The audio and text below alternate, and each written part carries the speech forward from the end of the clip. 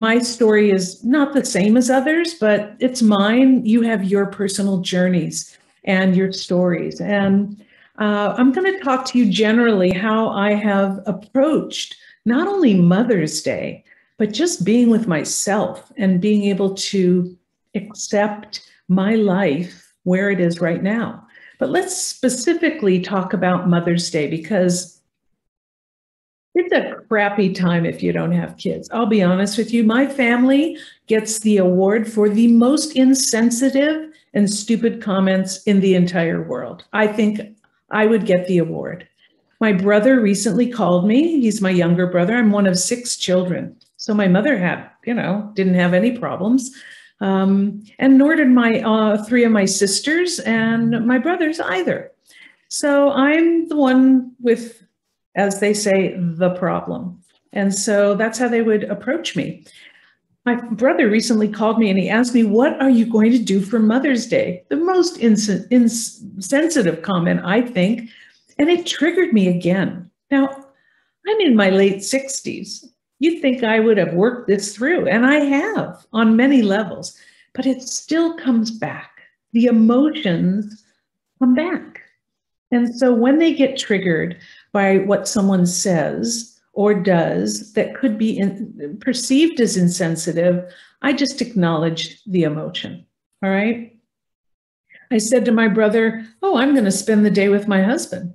And he said, well, are you going to have the family over for brunch? Now that started escalating. And I said, that's when I kind of had to say something to him. And I said, are you insane? Is something like really going on with you?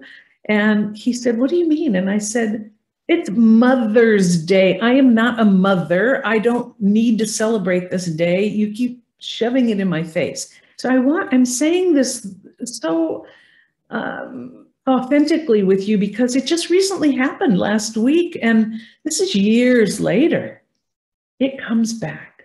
So what I did was I took a deep breath. This is my mindful practice after I yelled at my brother, my insane brother. And I just took a deep breath and I thought, what is he really asking me? And so I asked him that. I said, what is it you really want with me? He says, well, I miss you. I haven't seen you. And I said, great. Why don't you invite me over to your home? And I stopped. And he said, well, we can't do it and we can't. And I said, okay. I said, we probably aren't going to see each other this year on Mother's Day, and I'm not really celebrating anyway. And he said, I think I just maybe hurt your feelings. And I said, no, you didn't hurt my feelings. You're just not thinking about the other person. So I want to raise this issue with all of us on Mother's Day. 1, people don't know what to say. They really don't. They have not been educated in ways. And what do you say to people who don't have children on Mother's Day? When you go into your families, I mean, they want the best for us. They want us to be happy, but their idea of what would make the family happy is that we should have children. And some of us are not going to. That's just the way it is. Our bodies do what our bodies do. We cannot control that. And so what I'd like to do today is talk to you about how to hold this whole idea of how to go into Mother's Day in a place of caring for ourselves, all right? First of all, any emotion that you're going to feel as you move into it, or even as you think of your own journey of having children or not having children or miscarrying or missed adoptions or surrogacy, whatever you're going through, every emotion is perfectly okay. I just would say, I'm going to list the emotions that I felt this last week that I didn't plan on feeling, but came up just with my brother's question. All right, I'm going to name this. Just kind of raise your hand if you've ever experienced this emotion. Grief, sadness, anger. I felt resentful. All of a sudden, resentment came up. Jealousy of my other sisters who had kids and I didn't. My friends who had kids. insecure. I all of a sudden felt very insecure. Here I am, a kind of a powerful, Amazon woman, and here I'm feeling insecure about this. I felt some shame and embarrassment. And I started to question God again, which was an early feeling that I got when I spoke to God and I said, why me? That was the wrong question, by the way. It is. It's the way it is. What I did then, following those emotions that came up for me, was I felt them deeply. I kind of had a little crying time with myself. I felt it, but I don't live in that space. I moved through it. One of the ways that I move through it is that I acknowledge how I feel. Sometimes when we push it down and we don't want to deal with it, or we get anxious, we yell at somebody, or we withdraw and we do something by ourselves. I used to overeat and just oh my God, I just wanted to drown myself in ice cream and cake and cookies, and it just anesthetized me. And then I began to really feel those feelings. So I want to do a few exercises with us today as we approach Mother's Day. I do want to say this, that people do not know what to say to us. So they say things that sound to them that would be supportive. I do not take them personally. It is for them to struggle with that. What I am about now is knowing who I am and where I am right now. When my mother was alive, and she said to me after my 11th miscarriage, and I didn't share every infertility treatment with her because it was too emotional for her. She, as if lived it through it with me each time.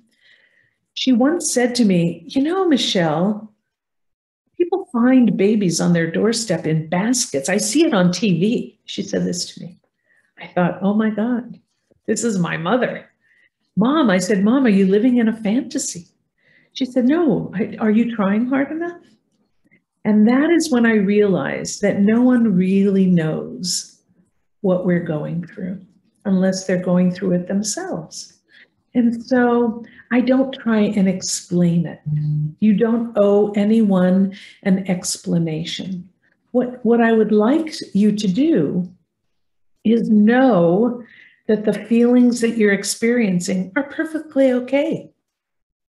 Who wouldn't feel sad at Mother's Day if you really want to have children and you don't? That's a perfectly normal emotion. Just don't live there for the entire year or 2 or 3 or whatever timeline you're in. We need to move through that, acknowledge it, feel it, and move through it. So one of the ways I do that is I prepare myself before I go to someone's home, especially my family. Families are huge triggers for us. So a trigger I define as anything outside of ourselves. It can be a person, it could be a place, it could be a thing, it could be a smell, it could be a music, a sound, it can be anything. It could be a word that someone says to us. And so just notice that there's a trigger. It happens and it kind of triggers an emotion inside of us. It has nothing to do with what's going on outside of us, though, honestly. Those emotions are inside of us anyway. It just stimulated it, it ignited it. Own it, it's yours. And when you can own it and say, oh, in this moment, I'm feeling so sad. It's okay. I'm okay. And then I do a breathing practice. So today I'm going to teach you my famous four-sided breath breathing practice that I use all the time. It calms down the nervous system. Because what happens when we get triggered by something outside of ourselves is the base of our brain, the amygdala, gets lit up and we go into fight or flight. That's when we say things, that's when the brain shuts down. That prefrontal cortex, this part where we're loving and creative, it's gone. We get kind of like animal-like, maybe even stupid. And we say things that we might be sorry for. So when the amygdala gets triggered and lit up by something someone says, it's a good time to not say anything.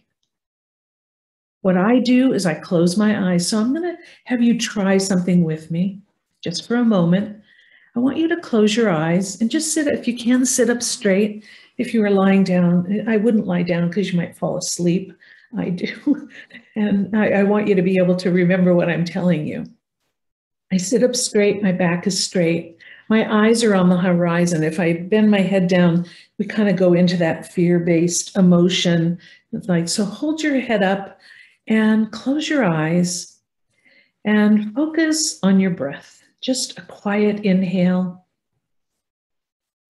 and a quiet exhale, and let all of the infertility, Mother's Day, people saying dumb things, let it go just for a moment and go inside where your beauty, your love, your sense of peace and empowerment lie. And just close the eyes and take a gentle inhale and a gentle exhale through the nose. Again, another gentle inhale and a gentle exhale. And I'd like you to put your tongue on the roof palate of your mouth. And as you breathe, I'm going to walk you through this four-sided breath. It has four sides to it. The inhale to the count of four. We're going to pause at the top. That's 2. We're going to exhale to the count of 4. That's 3. And pause at the bottom. It's like a box breath in a way. So we're going to inhale, 2, 3, 4, pause, exhale, 2, 3, 4, pause. And if you're inhaling, I'd like you to focus on your belly, 2 inches below your navel, an inch back toward your spine, where your center is, and breathe into your belly. Breathe into your center. If you have to, if it helps you, put your hands on your belly so that when you inhale, you can feel your belly expand. Inhale, pause at the top, and exhale.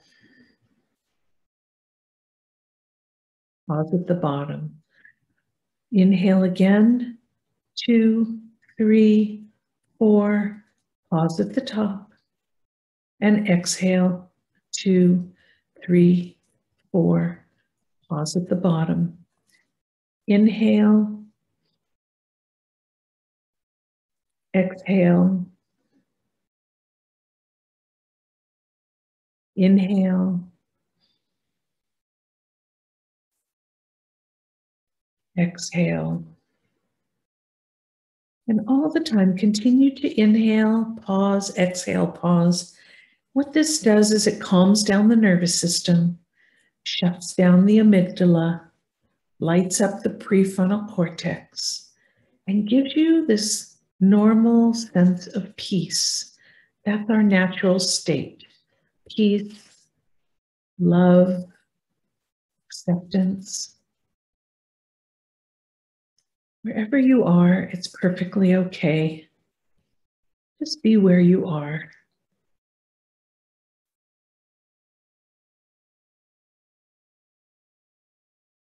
Just inhale, pause, exhale, pause. And if the mind wanders, bring it back to the breath. Just be with yourself for a few minutes. See the beauty inside. If you want to focus on your heart now, breathe into your heart.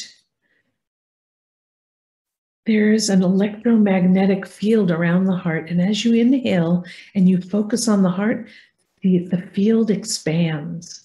The love expands. The feeling of peace and tranquility expands. So focus on the heart. And exhale.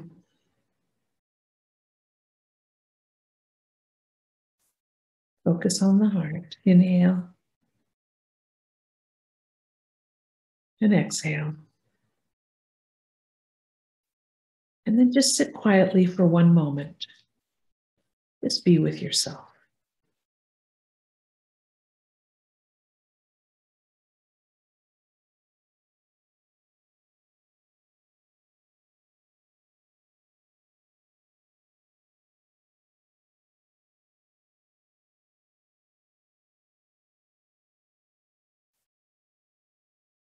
And when you're ready, take a deep breath, connect back to the body, wiggle your fingers and toes, and gently open the eyes.